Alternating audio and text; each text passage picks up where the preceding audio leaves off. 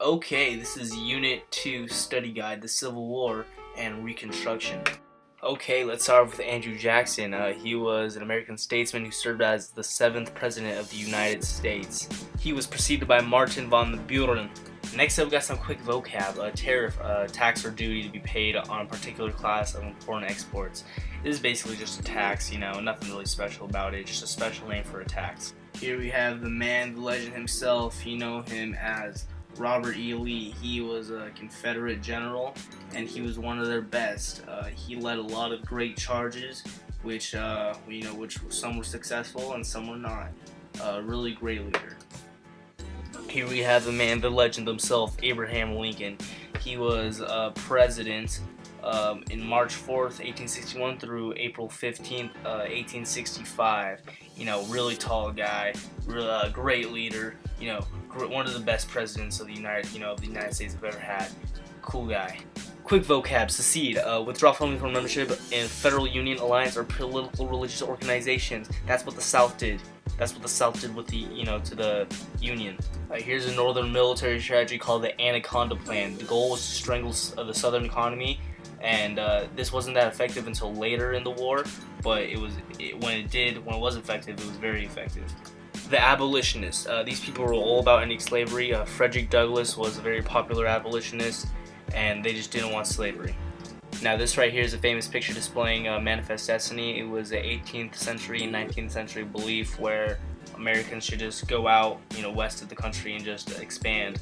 Here we have Frederick Douglass. He was one of the most famous abolitionists, and he had a famous quote that said, "I did not know I was a slave until I found out I couldn't do the things I wanted." And that's just a quote displaying, him being a black guy in that time. The Underground Railroad. Network of secret routes.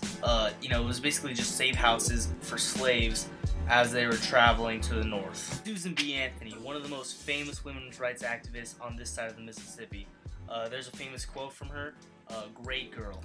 To succeed from something is to leave them, and that's what the South did to the Union of America, and they seceded from them. The Emancipation Proclamation, basically saying that it was a famous speech by Abraham Lincoln, and it stated that all slaves should be freed. If you look at the picture, obviously number 2 is the definition we're looking for: general increase in prices and fall in the purchasing value of money, and that's what happened to the South.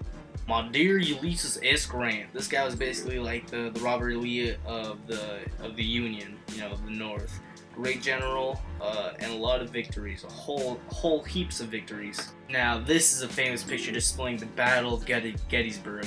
Now this was one of the bloodiest battles that happened during the 4 years of the Civil War. Very gruesome, a lot of casualties, just crazy stuff. A famous example of total war is Philip Sheridan's basically kind of just ravaging of homesteads in the South. This really deterred Southerners and basically just freaked them out. Total war.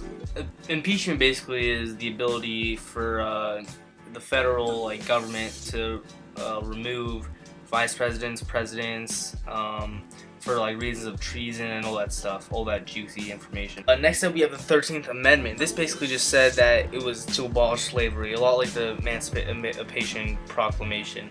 It just abolished slavery.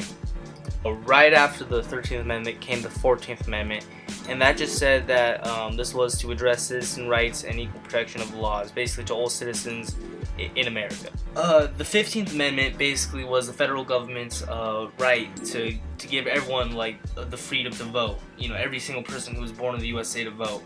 This was obviously shook around a little bit right after Reconstruction, but we'll talk about that more. And now to end it on a bad note, we got the Ku Klux Klan. These guys are basically responsible of lynchings and deaths of many black men, and their main reason was to stop blacks from voting. It mainly consisted of Southerners.